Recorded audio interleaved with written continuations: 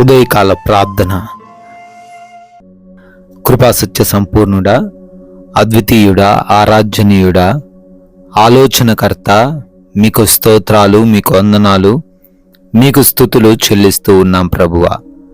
గడిచిపోయినటువంటి రాత్రి కాలమంతను కూడా కాపాడారు. మంచి నిద్ర మాకు అనుగ్రహించారు. మీ రక్షణలో మమ్మల్ని భద్రపరిచారు. తండ్రి, ఈ ఉదయాన మరొక నూతన దినమున మేము సజీవులంగా ఉన్నాము అంటే నాయనా, అది కేవలము కూడా మీ కృప మాత్రమే తండ్రి. అయా, మీ కృప లేనిది మేము ఈరోజు సజీవులంగా ఉండేవారం కాదు.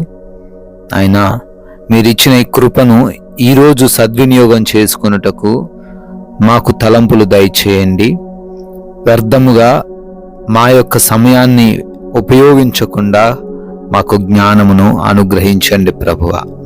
మీ చిత్తానికి లోబడుతూ మీ వాక్యానుసారంగా జీవించే సహాయం మాకు దయచేయండి నాయనా. ఎస్ లార్డ్, మీ దేవుడైన యెహోవాను అనుసరించిన యెడల మీకు క్షేమము కలుగును అని సమూయేలు మొదటి గ్రంథం 12వ అధ్యాయం 14వ వచనంలో ఆయన మీ లేఖనాలు సెలవిస్తున్నట్లుగా ఈరోజు మేము అనుసరించేది మనుషులను కాదు, ఈరోజు మేము అనుసరించాల్సింది మిమ్ములనే అని వాక్యం ద్వారా సెలవిచ్చారు. ఆయన మనుషులను అనుసరిస్తూ, ఈ లోకాన్ని అనుసరిస్తూ సమస్యల్లో, ప్రమాదాల్లో, మోసాల్లో, అనుకోని చిక్కుల్లో, ఉచ్చుల్లో పడిపోతున్న అనేక మంది బిడ్డలు ఉన్నారు. ప్రభువా, మీ కృప చూపించండి.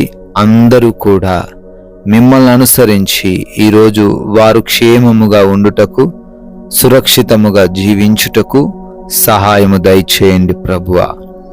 ఈ యొక్క ఉదయకాలములో లేవగానే ఎంతమంది బిడ్డలైతే ఈ ప్రార్థనలో ఏకీభవిస్తూ ఉన్నారో వారందరిని బట్టి, వారి కుటుంబమును బట్టి మీ చెంత చేరి ప్రార్థన చేస్తున్నాం. ఏ ఇబ్బందులు వారికి ఈరోజు ఎదురవ్వకుండా కృప చూపించండి తండ్రి.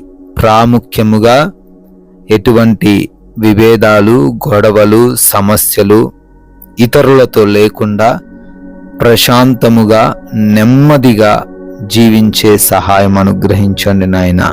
పనులను బట్టి అడుగుతున్నాము. అయా, బిడ్డలు చేస్తున్న ఉద్యోగాలు, వ్యాపారాలు, పరిచర్యలను, చేతి పనులను అన్నిటినీ కూడా బహుగా ఆశీర్వదించండి. వివేచన శక్తిని వారికి అనుగ్రహించండి. అయా, వారి వారి పనుల్లో నూరంతలుగా ఫలించుటకు సహాయము దయచేయండి తండ్రి. ప్రయాణాలను మీకు అప్పగిస్తూ ఉన్నాము. మా ప్రతి ప్రయాణము కూడా క్షేమముగాను, సురక్షితముగాను ఉండుటకు సహాయము దయచేయండి. అయా, మార్గం మధ్యలో ఎటువంటి ప్రమాదాలు, అపాయాలు ఎవరికీ సంభవించకుండా అయా, వెళ్ళిన ప్రతి ఒక్కరు కూడా వారి వారి ప్రాంతాలకు మరలా క్షేమముగా చేరుకోవడానికి అయా మీరే వారికి తోడై ఉండండి నాయనా. రిపోర్ట్స్ నిమిత్తము హాస్పిటల్కి వెళ్తూ ఉన్నారు. డెలివరీస్, ఆపరేషన్స్ విషయంలో కూడా తండ్రి మీ సహాయం కోరుతూ ఉన్నారు. వారికి మీరు తోడై ఉండండి. వారికి అనుకూలముగా అక్కడి పరిస్థితులను మార్చండి. రిపోర్ట్స్ అన్ని కూడా బిడ్డలకు అనుకున్నట్లుగా రావడానికి సహాయము దయచేయండి ప్రభువా.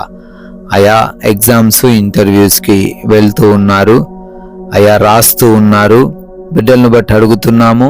జ్ఞానముతో నింపండి. క్వాలిఫై, సెలెక్ట్ అవ్వడానికి, అయా మంచి మార్కులతో పాస్ అవ్వడానికి సహాయము దయచేయండి తండ్రి.